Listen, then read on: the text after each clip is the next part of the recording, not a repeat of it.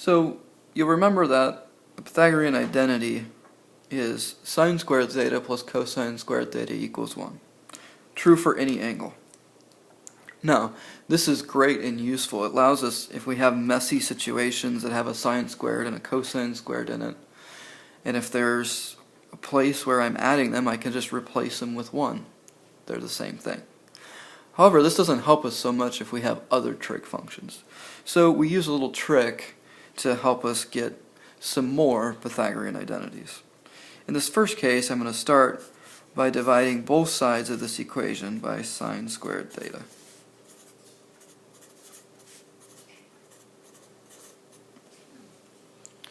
When we do this, you see this first term is sine squared over sine squared.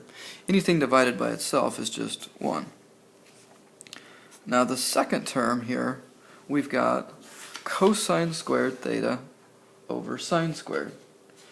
If you'll remember back in the previous video, we talked about cotangent being equal to cosine over sine. So in this situation, we have cosine squared over sine squared. We can replace that with the cotangent squared theta, or cotangent theta squared is probably better. Now here we have 1 over sine squared theta. If you remember back to our reciprocal identities, 1 over sine is the same as cosecant. So I can replace this with cosecant theta squared. This is our second Pythagorean identity. Anytime I'm working with cotangent squared or cosecant squared, I can use this to my advantage to help simplify. Now you try the next one. In the next one, we're going to take our Pythagorean identity again. What do you think we're going to do? Up here, we divided by sine squared theta to get a new Pythagorean identity. So down here, we're going to divide by cosine squared theta. Go ahead. Pause the video and try it.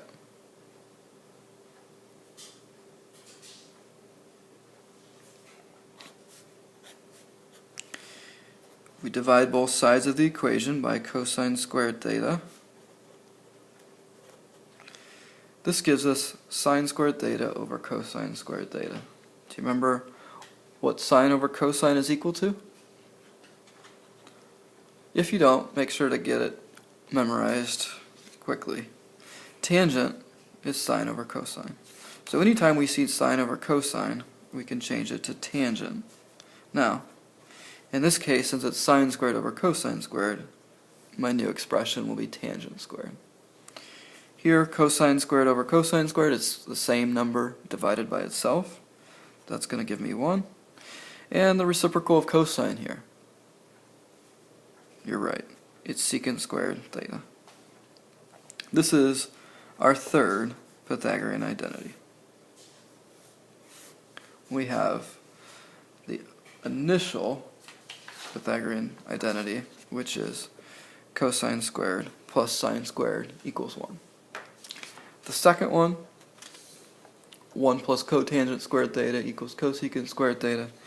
And the third is tan squared theta plus 1 equals secant squared theta. Now, it's up to you. I don't memorize these two.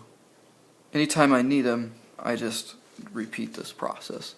But if it's easier for you to memorize all three, that's fine. Now, why are we doing this? Well, we're going to use these to our advantage. So at times, you might be working with a problem and end up with tangent squared theta plus 1.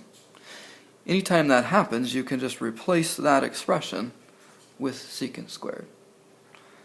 I'll give you a few examples later.